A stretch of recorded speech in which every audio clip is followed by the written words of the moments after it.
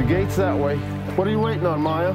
Sarah, go on. Today's witnesses represent oil companies that made more than $36 billion in profits. $120 a barrel. There she is. We call it our new neighbor, neighbor 907. We have 70 acres here, and I can't convince them that they need to drill somewhere besides 200 feet from our house.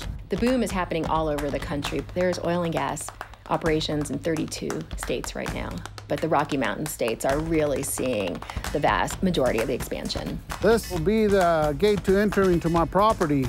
The old company had me completely locked out.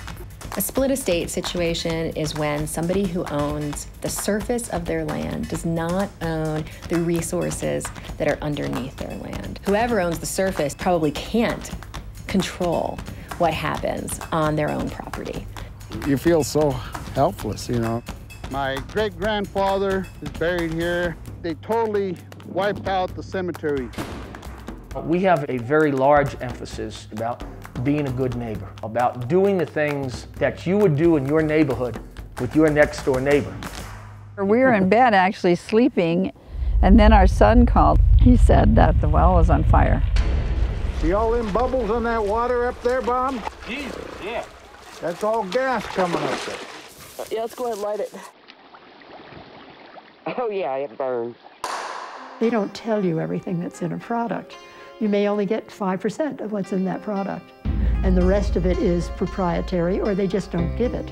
Every single fracking company, they sell that theirs is the best product. It would be like divulging why your chocolate is better than somebody else's chocolate because you have those ingredients. It's unbelievable that someone says toxic.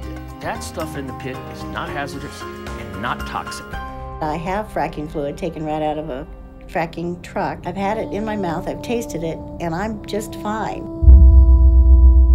Well, around 50% of the chemicals cause such things as kidney damage, cardiovascular problems. This is before any problems, before we lived in Rifle. And then everything changed. There's no question that people are getting sick from oil and gas exploration throughout the United States.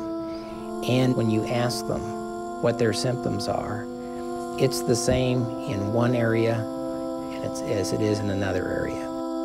Today, we have close to 5,000 wells that have been drilled. That's just in the northwestern area. And if you look down the road 15 years and you start contemplating 60,000 wells, what does that do